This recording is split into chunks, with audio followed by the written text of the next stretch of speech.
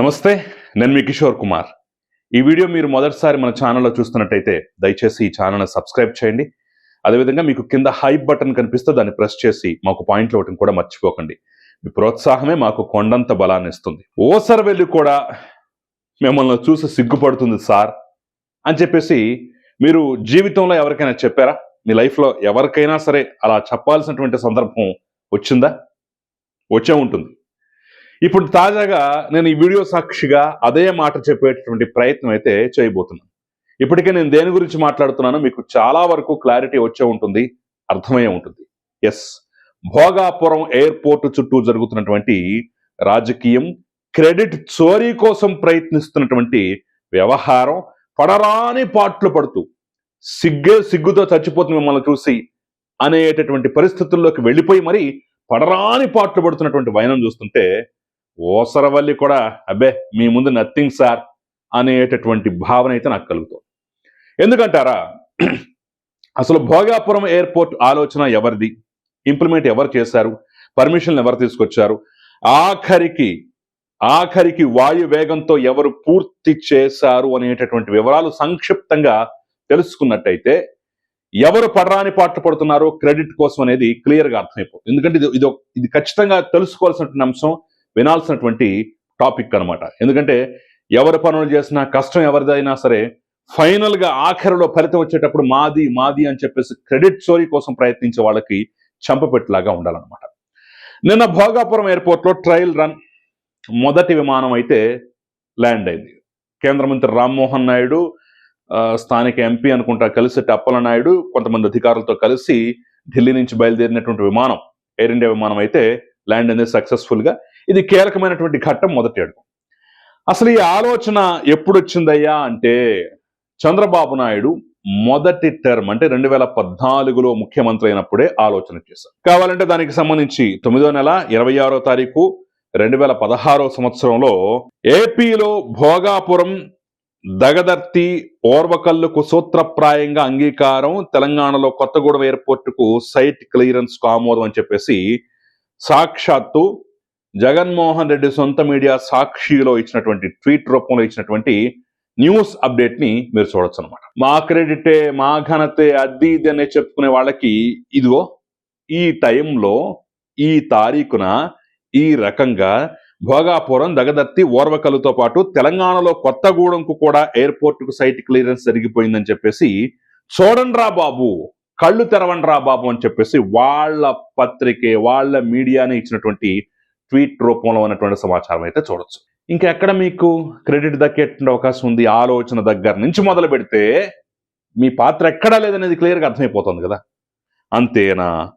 ఇంకా 2016లోనే ఈ యొక్క అంశానికి బీజం పడిందంటే, అంటే ఒక బ్రీఫ్గా చెప్పాలంటే 16 అక్టోబర్లో ప్రిన్సిపల్ అప్రూవల్స్, ఆ తర్వాత 17 ఆగస్టులో ఎన్విరాన్మెంటల్ క్లియరెన్స్, 2018లో ల్యాండ్ అక్విజిషన్, 19లో ల్యాండ్కి సంబంధించిన కాంపన్సేషన్, 19 ఫిబ్రవరిలో జిఎంఆర్ సెలెక్ట్ అయి దానికి సంబంధించినటువంటి బిడ్డింగ్ ద్వారా సెలెక్ట్ అయినటువంటి పరిస్థితి, వాళ్ళకి వెళ్ళిపోయినటువంటి అంశం అయితే చాలా క్లియర్గా, అంటే సంవత్సరాల వారీగా మనం ఆర్డర్లో చూసుకున్నట్టయితే చాలా క్లియర్గా అర్థమైపోతుంది.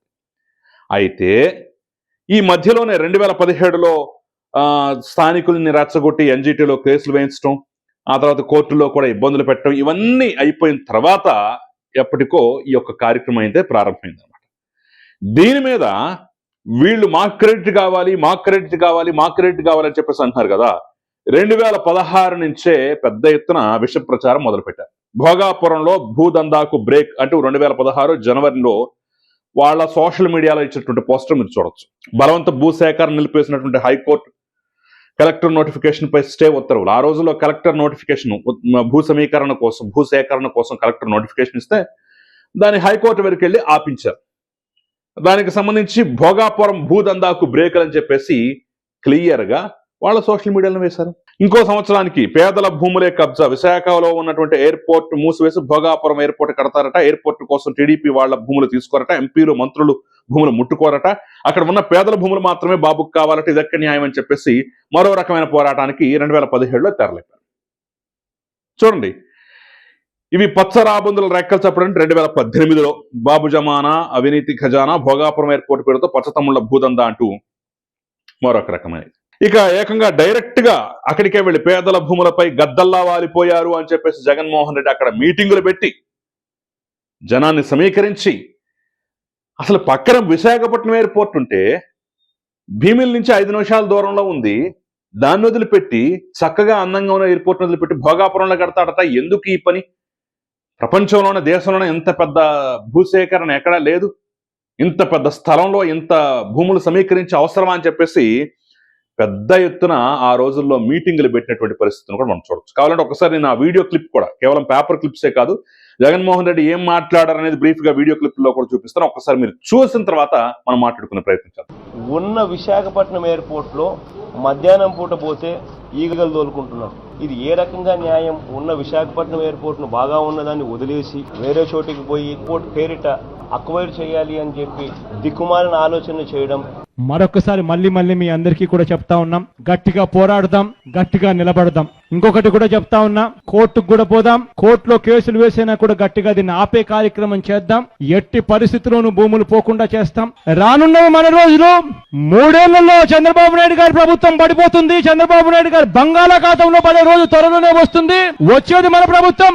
మళ్ళీ మీ భూములన్నీ కూడా తిరిగి మీకు వెనక్కిస్తామని చెప్పి మాత్రం గట్టిగా మీ అందరికీ హామీ ఇస్తూ చెప్తా ఉన్నా. చంద్రబాబు నాయుడు గారికి లంచాలు రావని ఇదే పెద్ద మనిషి చంద్రబాబు నాయుడు గారు ఆ టెండర్ను రద్దు చేసిన పరిస్థితి మనమంతా కూడా చూస్తా ఉన్నాం. రెండోసారి టెండర్లు పిలిచారు. ఆ రెండోసారి టెండర్లు పిలిచిన దాంట్లో మళ్ళీ ఎయిర్పోర్ట్స్ అథారిటీ ఆఫ్ ఇండియా వాళ్ళు మళ్ళీ ఎక్కడ వస్తారేమో అని చెప్పి ఏకంగా ఎయిర్పోర్ట్స్ అథారిటీ వాళ్ళు రాకుండా ఎలిజిబిలిటీ క్రైటీరియాను సైతం మార్చిన ఘనత ఈ చంద్రబాబు నాయుడు గారి దిక్కుమాలిన ప్రభుత్వంలో చూస్తా ఉన్నాం. ఇవాళ మనం ఎర్ర బస్సు కూడా రాని ఈ గ్రామానికి ఎయిర్పోర్ట్ ఎందుకు సార్ అని అడుగుతా ఉంది నరసాయమ్మ. చూశారు కదా, భోగాపురం ఎయిర్పోర్ట్ కి అడుగడుగున అంటే మొదటి దగ్గర నుంచి, అంటే భోగాపురం ఎయిర్పోర్ట్ కట్టడమే మాకు ఇష్టం లేదు, అనవసరం, పక్కన విశాఖపట్నం ఎయిర్పోర్ట్ ఉన్నది, ఇంక అవసరం లేదు అన్న దగ్గర నుంచి మొదలు పెడితే రకరకాల సందర్భాల్లో రకరకాల మాటలు రకరకాలుగా విషయం చెప్పినటువంటి విధానం ఇదంతా మనం కళ్ళకెట్టినట్టు జగన్మోహన్ రెడ్డి మాటలను చూసాం కదా. ఇప్పుడు ట్రయల్ రన్ మొదలు కాగానే, కేంద్ర మంత్రి యొక్క విమానం ల్యాండ్ కాగానే ఇంకేముంది, మాదే క్రెడిట్ అని చెప్పేసి Jagan vision that is Bhogapuram అంటూ ఏ మాత్రం సిగ్గు భయం బెరుకు లేకుండా రాసుకున్నటువంటి పరిస్థితి. వైజాగ్లో కీలక అడుగులు అని ఒక పైన ఒక వార్త ఉంటే కింద Jagan vision that is Bhogapuram అని చెప్పేసి, ఏది నిర్దేశించిన లక్ష్యంలోగా 2026లో అందుబాటులోకి ఎయిర్పోర్ట్, 2019 ఎన్నికల ముందు ఎలాంటి అనుమతులు లేకుండా హడావుడిగా బాబు శంకుస్థాపన, భూసేకరణ కూడా చేయకుండా చేతులెత్తేసిన బాబు సర్కార్, 2022లో కోర్టులో కేసులు తొలగించి భూసేకరణ పూర్తి చేసిన జగన్ సర్కార్ అంటూ ఇప్పుడు క్రెడిట్ మొత్తం. అరే పర్మిషన్ల దగ్గర నుంచి, ల్యాండ్ ఎక్విజిషన్ దగ్గర నుంచి, ఎన్విరాన్మెంటల్ పర్మిషన్ల దగ్గర నుంచి, ఆఖరికి జిఎంఆర్ సెలెక్ట్ అవటం దగ్గర, ఇప్పుడు కట్టిన జిఎంఆర్ సెలెక్ట్ అవటం దగ్గర నుంచి మొత్తం 2019కి ముందే పూర్తయిపోయినాయి. డేట్లతో సహా చదివి మరి వినిపించాను కదా.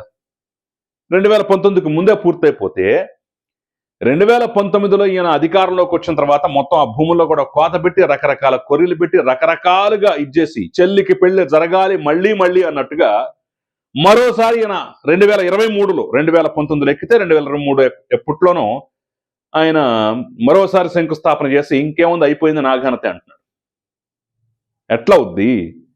సభలు పెట్టింది మీరే, వ్యతిరేకించింది మీరే, కోర్టులో కేసు వేయించింది మీరే, స్టే ఆర్డర్లు తెచ్చింది మీరే. ఇన్ని వ్యవహారాలు, ఇన్ని కొర్రీలు పెట్టి మీ పాలనలో కూడా 4 ఏళ్ల పాటు దాన్ని పట్టించుకోకుండా రకరకాలుగా ఇబ్బందులు పెట్టి, ఇక ఇది ఆగే పరిస్థితి లేదని చెప్పేసి తెలిసిన తర్వాత తూతూ మంత్రంగా శంకుస్థాపన చేసేసి, ఇప్పుడు కూటమి ప్రభుత్వం వచ్చిన తర్వాత కేంద్ర మంత్రి రామ్మోహన్ నాయుడు, అదే ఉత్తరాంధ్ర ప్రాంతానికి చెందిన కేంద్ర మంత్రి రామ్మోహన్ నాయుడు పౌర విమానయాన శాఖ మంత్రిగా ఉన్నాడు కాబట్టి వాయువేగంతో పనులు పూర్తి చేపించి కేవలం 18 నెలల కాలంలోనే ఒక ట్రయల్ రన్ కూడా పూర్తి చేస్తే ఇప్పుడు వచ్చి క్రెడిట్ మాదే అంటున్నారు.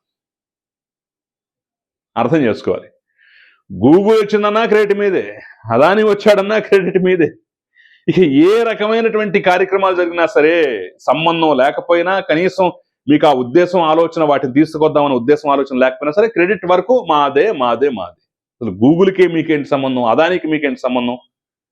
ఈ ప్రశ్నలు ఎన్ని వచ్చినా సరే కుదరదు, క్రెడిట్ మాదే. కానీ ఏమన్నా తప్పులు జరిగినా ఏదైనా ఇబ్బందులు వచ్చినా సరే మొత్తం పాపం అంతా చంద్రబాబు నాయుడు. ఇది ఈ యొక్క వ్యవహారం చూస్తుంటే నాకైతే బాబు ఓసర వెళ్ళి కూడా మిమ్మల్ని బీట్ చేయలేదురా బాబు అనేటటువంటి భావన అయితే కలిగింది. సో మీరేమంటారు, మీ అభిప్రాయం ఏంటనేది కూడా నాకు ఫస్ట్ నుంచి కామెంట్ రూపంలో తెలియజేసే ప్రయత్నం చేయండి. Thank you very much.